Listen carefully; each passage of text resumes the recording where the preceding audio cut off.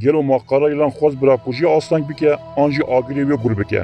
Piştî şehadeta 5 pêşmergeyên Kurdistanê li Metîna em li bendî bûn ku rêveberê PKK Murat Karaylan daxuyaniyê bide. Ji ber ku Karaylan fermandarê giştiyê baskê leşkeriyê PKK navenda parastina gele. 6 pêşmergeyên ku di hefteya borî da şehîd bûy bi fermana Karaylan hatbûne şehîd kirin. Kesê ku di dereceyê yek da berpirsiyarê pêşmergeyên şehîd bûna Murat Karaylan e. Lê Karaylan di axaftina xwe da tiştên ku berê gotibû dîsa dubare kir. Ew pir axivî lê tiştek jî negot. Wî canbaziya peyvan kir. Di axaftina Karaylan da bingehek hewayî gevxwarinê hebû. Wekî ger hûn wekî ku em dibêjin nekin, em ê lêdana pêşmerge bidomînin. Ji ber ku wî şehadeta 6 pêşmerga bi zelalî şîrove nekir û bû yer bi demagojî û axaftinên hesiyarî veşart. Lê digel vana di axaftina Karaylan de jî îhtirafekî girîng hebû. Ger em rêzikên axaftina Karaylan bi hevra lêkolîn bikin, em dikarin hem îhtiraf hem jî popülîzma wî û hem jî ew tiştê ku wî dixwast li gorî nebza girseyê şerbet bela bike, xweya bikin. Pêşniyariya Tirkiye ji bo PKK çi bû? Di axaftina xwe de Karaylan bê ku tarîxê diyar bike û got me bi heyetek Tirk ra hevdîtin kiriye. Karaylan got çend mihberê bi münasebeta heyetek ji dostan dewleta Tirk Tayyip Erdogan bi xwe ji me re xeber şand. Wî çi got? Hûn li Bakurê Kurdistanê agirbest îlan bikin, lê hûn li parçeyên din ê Kurdistanê çî bikin jî em ê destwerdanê nekin. Gelek dezgehên medyayê bi teybetî rûdaw ew derxist manşeta û wekî bûyerek mezin servîs kir. Lê belê ew bûyer ji xwe dihat zanîn. PKK di 25 Sibatê de ragihand ku ew bi rêya rojnamavanê xwe Doğan Çetin bi Tirkiye re hevdîtin dike. Doğan Çetin yek ji kadroyên serekeyê ku PKK pê bawer dike. Ew keseke ku rasterast bi fermana Cemîl Bayîk û Mustafa Karasû tevdigere. Wî bi talimatên rêxistina xwe goterek nivîsand û ragihand ku Tirkiye welatekî NATO bi PKK ra di nava danûstanan dabûn. Her wiha kadroyê PKK Çetin diyar kir ku Tirkiye di civînê de gotiye ku hêza darayî ya Tirkiyeyê ku 100 sal bi PKK reşer bike heye û gef li PKK xwarine. Paşê rêveberên PKK daxuyaniyek eşkere dan û piştgirî dan nûşeya Doğan Çetin behsa wê kirî. Karaylan rastiyê dibêje an Çetin Doğan. Tiştê Karaylan û Çetin dibêjin ji hev cuda ne. Ji wan yek taraf rastiyê nabêje. Ji ber ku ew dizanin dewleta Tirk narabe gotinên xwe eşkere bike. Ji bo vê sedemê PKK de her carî vê civînê bi rengekî cuda bike mijara magazînê û lê tiştê tê fêmkirin ew e ku hevdîtinek çêbûye.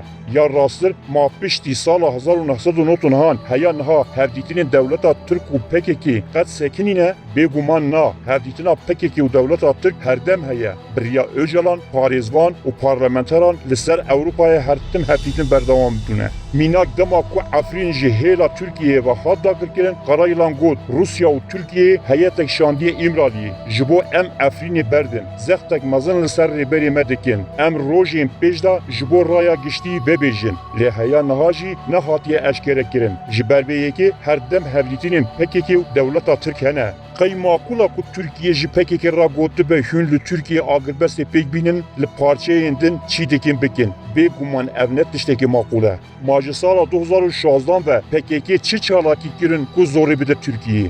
Beriya her tiştî mali Tirkiye agir heye da ku agirbest hebe. PKK li Bakurê Kurdistanê çalakiyekî ku dewletê bêzar bike nake. Ew ne tiştek ünlüye. Ji sala 2017 û vir ve wisa ye. PKK Bakurê Kurdistanê vala kiriye. Öcalan û Hakan Fidan di sala 2013 da li ser vê mijarê li hev hatin. Dema ku êrişê Daişê li Kobanê pêk hat, mîtê bi otobîza gerîla ji Amed û Garzan û Botanê hildan û ew anîn ber sînorê Kobanê danîn. Otobîza gerîla ya ji Amedê bi çek û cil û berg di gel fermandarê wê yê bi navê Gelhat hilgirtin û li rêda jî îsterehetek ji bo xwarinê dan û ew anîn ser sînorê Kobanê. Wê demê şer ji Bakurê Kurdistanê hate derêxistin. Kême gerîlayên ku li Bakur mabûn jî di şerê xendekan da hatin tasfiyekirin. Ji wê demê ve gerîla li Bakur yek çalakiyek pêk neaniye. Di dema derbeya 15 Tîrmehê de dema ku Tirkiye di hundirê xwe de belav dibû, dîsa PKK yek çalakî li ser dijminî nekir. Abdullah Öcalan û rêxistina wî 15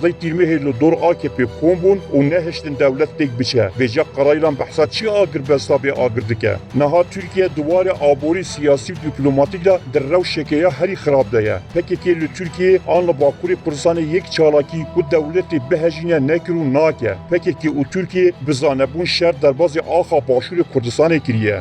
Ez dipirsim gelo bi rastî PKK û Tirkiye di vê mijarê de li hev kirin an gotina Murat Karayılana wan li Bakur agirberz ji me xwestin îtifaqek din e. Çima PKK li Bakur şer nake? Çima dibêje ku em Başûrê Kurdistanê diparêzin? Lê çima ew li dijî dagirkeriya Tirk li Bakurê Kurdistanê çalakiyên leşkerî nake? Murat Karayılan di axaftina xwe de dibêje ku ew bi tektikên mezin ên nû her gav li ber xwe dide û dijmin nikare gav pêja bavêje. Baş e çima ew naçe wan tektikên nû li gavar cud û andok û herekolê naceribîne?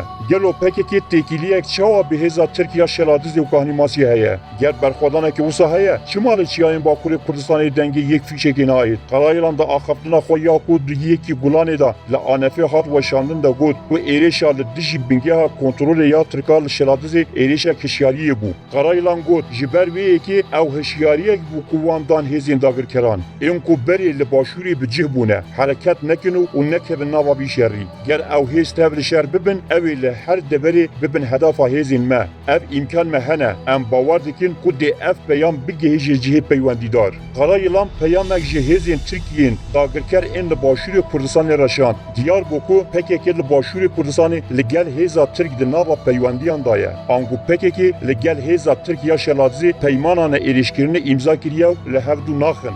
Gelo Karayılan di nava peybên xwe da îtiraf kir, gava ku têkiliyekê wisa Kurd di navbera PKK û dewleta Tirkiyê de heye jî yên ku şîroveyekê biçûk jî dikin dibêjin hatina pêşmergeya Qadê ji bo xizmeta dewleta Tirkiye. Dema ku PKK têkiliyekî wî ya bi vî rengî ya bi guman bi dewleta Tirk re heye, lê ew her kesî wekî ajanê Tirk û xizmetkarê Tirkan destnîşan dike û mijarê berîva jî dike. Şerê di navbera PKK û Tirkiyê de li Başûrê Kurdistanê gehiştiye noktayekê wisa ku çi alî zerermend nebin. Tirkiye bi gotina ku ew li dijî PKK şer dike, xaka xwe mezin dike. PKK jî dibin navê ez dijî dagirkeriyê şer dikim, girseya xwe mezin dike û li Başûr xwe mayînde dike. Gava ku hemû perçe werin bahe mirov bi zelalî dibîne ku Tirkiye û PKK ne dijminê hevin. Ger wekî Karayılan dibêje, Tirkan li Bakur agirberz ji PKK xwastin. Wisa dixuye ku PKK vê qebûl kiriye. Ji ber ku li Bakur şer tunew û şerê li Başûr tenê zerarê li Başûrê Kurdistanê. Têgeha herîma gerîla di ferhenga PKK da. Karayılan di nava peyvên xwe da dibêje, wan sala 1995 da bi peymanekê ev devere dane me û di sala 2013 da me gerîla ji Bakur kîşand me ew anîn bir. Kek Mesûd bi xwe vê yekê zanîbû. Wî çima hingê dengê xwe nekir? Lê ji wê demê û vir de gelek av dibin vê pirêra derbas bûne. Yê peymana 1995 ji nav birî PKK bû. Piştî 2000 PKK bi qada xebata xwe ve elaqedar qebûl kir ku tenê xebata siyasî ya legal li Başûr bimeşîne. Lê niha PKK hewl dide ku bi hevkariya hecda şeعبî û Îranê herêma Kurdistanê dorpêç bike. Li gelek deveran şervanên xwe wekî leşkerên hecda şeعبî û di nav dike û bi cih dibe. Li gel hêzên dagirker dijî hikûmeta herêma Kurdistanê xebatekê neyarane dimeşîne. Hikûmeta Kurdistanê û Serokwezîrê wê Mesrûr Barzanî rast dikin hedef, mirovan digirin, infaz dikin, dikevin nav siyasetna navxweyiya herêma Kurdistanê. Kadroyên xwe dişînin dibin navê gel da nivîsîngehên PKK li Silêmaniyê dişewitînin. Dijî PKK meşan dikin. Paşê ew dibêje em berê li vir bûn ew warê me ye.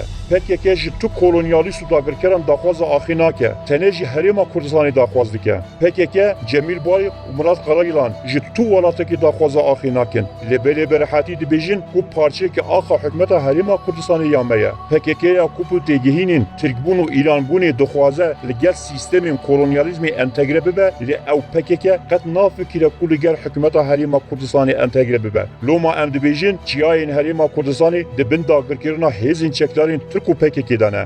Ew dibêje pêşmergeyên roj nikarin werin qamişlo. Lê ew dibêje ka em bi çekên xwe destên xwe behejînin û têkevin navenda duhokê. Ew pêşmerge şehîd dike. Lê mîna ku pêşmerge li çiyayê Agirî an jî li Dêrsimê êrişî wî dike, qiyametê radike.